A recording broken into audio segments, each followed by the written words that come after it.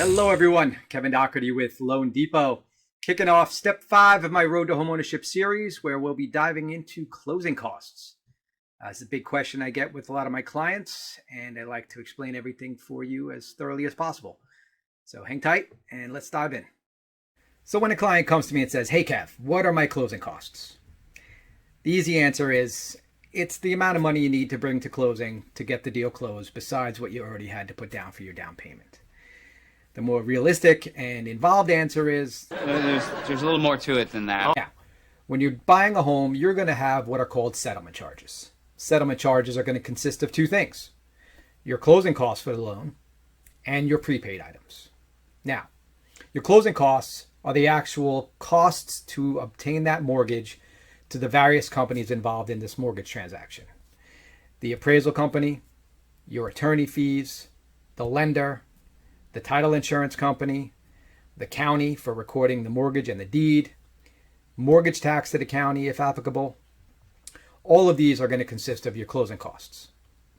On top of that, depending on what rate you choose and whether or not you want to buy the rate down or not, will impact how much your closing costs will actually be. Now, the other sets of costs that you're going to incur is going to be your prepaid items. Now, the prepaid items is otherwise known as your escrows for your taxes and insurance.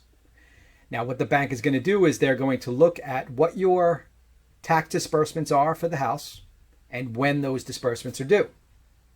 Depending on where you buy, state, county, etc., the tax disbursements will be paid in either an annual basis, a quarterly basis, or biannually. So depending on what time of the year you close and when those tax disbursements are due is going to impact how much money is going to be needed to collect at the closing to pay those tax disbursements in the future. Now, the other items that come into play is your prepaid interest. Your prepaid interest is determined by the day of the month that you close.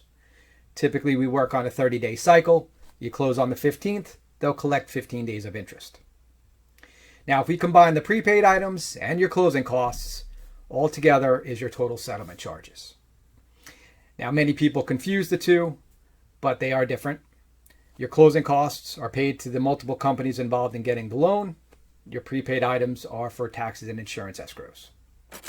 So as you can see, there's a lot more that goes into determining what your closing costs are going to be on your loan, depending on the variable aspects of the specific transaction.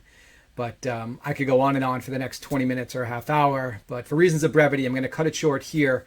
But certainly invite you to contact me directly if you have any questions or need some clarification on things.